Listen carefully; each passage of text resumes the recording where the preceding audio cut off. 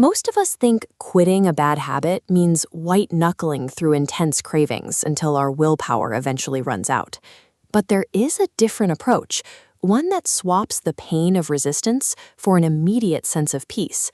This approach is detailed in the book Tark Gunah lazeez tareeqay, which translates to The Delicious Methods of Leaving Sin, authored by the Islamic scholar Hazrat Maulana Shah Hakeem Akhtar.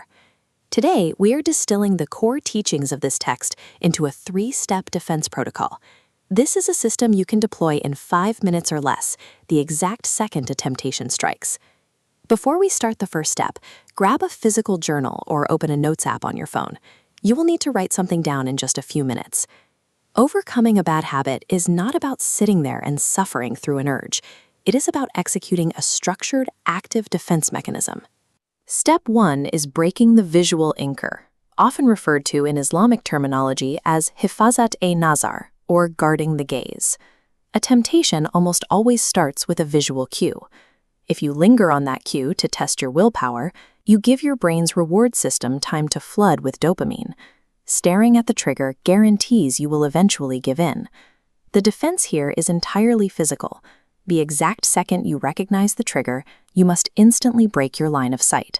Turn your phone face down, close the browser tab, or simply look at the floor. You know you have successfully completed this step if you sever that visual input before the initial flash of temptation turns into a lingering, obsessive thought. You cannot outthink an active craving. Shutting down the visual pathway is the most reliable way to stop a trigger from hijacking your brain's chemistry. Now that you have broken the physical connection, step 2 requires an immediate internal shift. The normal human reaction to resisting a desire is feeling deprived. Your brain tells you that by looking away, you are missing out on something enjoyable. The source text reframes this entirely. It explains that successfully leaving a sin actually generates a feeling that is lazeez, a distinct sweetness or pleasure experienced in the soul, far superior to the brief hit of the sin itself. To claim this reward in real time, you have to change how you talk to yourself in that moment. Instead of telling yourself, "I can't have this," tell yourself, "I am choosing to win." You acknowledge your self-control as a distinct victory.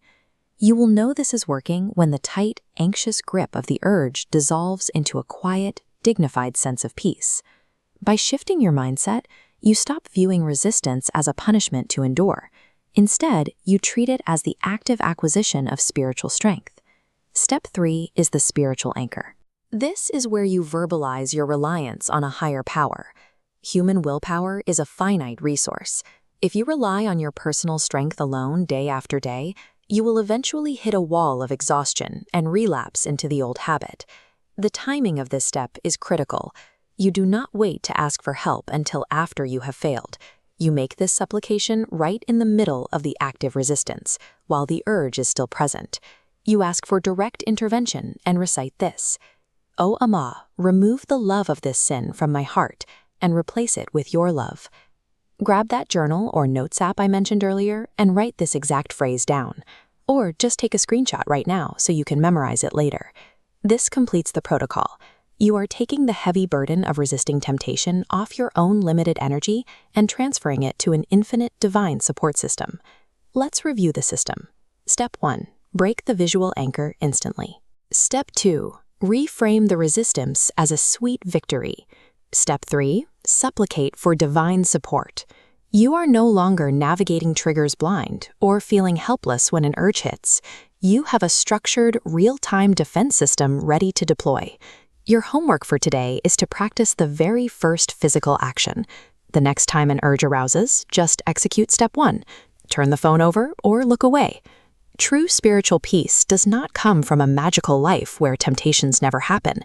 It comes from achieving systematic mastery over exactly how you respond to them.